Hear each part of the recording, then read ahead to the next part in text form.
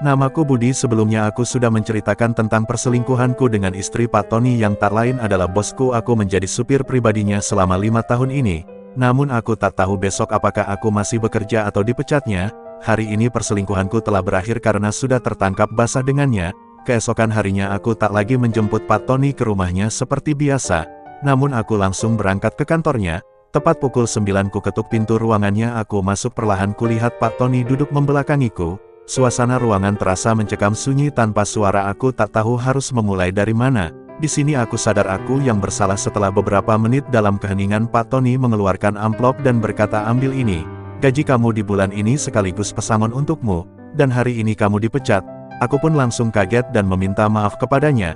Namun beliau tak menghiraukanku hingga akhirnya aku menangis dan memohon untuk tetap bekerja untuknya. Bagaimana dengan nasib keluargaku, apalagi anakku yang masih kecil? Aku tak bisa bayangkan kalau harus kehilangan pekerjaan. Pak Tony berkata, "Aku bisa memaafkanmu dan kamu masih bisa bekerja di sini." Tentu saja kata maaf tidaklah cukup untukku. Aku masih kurang mengerti apa maksud dari kata-katanya beliau. Aku coba bertanya untuk aku bisa lebih mengerti lagi. Ternyata Pak Tony menginginkan tubuh istriku. Katanya aku sudah menikmati tubuh istrinya.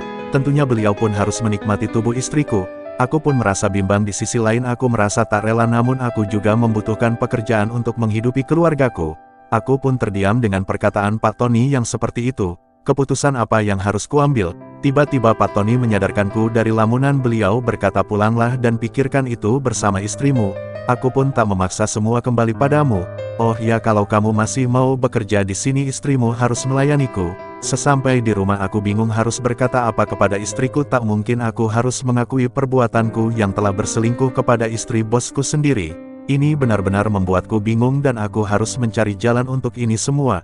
Keesokan harinya aku mengajak istriku untuk ikut ke kantor menemui Pak Tony.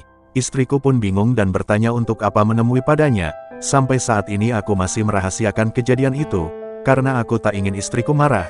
Kalau sampai tahu kejadian itu, sesampai di ruangan Pak Tony, istriku masih terlihat bingung dan matanya seakan-akan bertanya kepadaku, "Ada apa?" Namun aku tetap berdiam diri. Tiba-tiba Pak Tony berkata kepada istriku, "Apakah kamu sudah siap?" Istriku pun kebingungan dan berkata, "Siap apa? Siapkah kamu melayaniku?" Di atas ranjang ucapan Pak Tony kepada istriku. Seketika itu istriku langsung marah dan menolak mentah-mentah. Pak Tony marah dan beliau langsung mengatakan kalau istrinya sudah selingkuh denganku dan aku harus membayar itu semua dengan ini. Seketika itu istriku berbalik marah kepadaku yang telah mengkhianatinya. Tiba-tiba mereka melakukan mantap-mantap di depan mataku. Istriku terlihat begitu bersemangat. Aku tahu dia melakukan ini demi membalas sakit hatinya. Jujur aku jijik melihatnya. 1 tahun setelah kejadian itu dan kini aku masih bertahan bekerja di tempat Pak Tony. Pak Tony sudah memiliki istri baru, sedangkan aku apa? Aku masih bertahan dengan istri yang dulu. Kadang-kadang aku merasa jijik kepadanya karena ingat waktu dulu itu.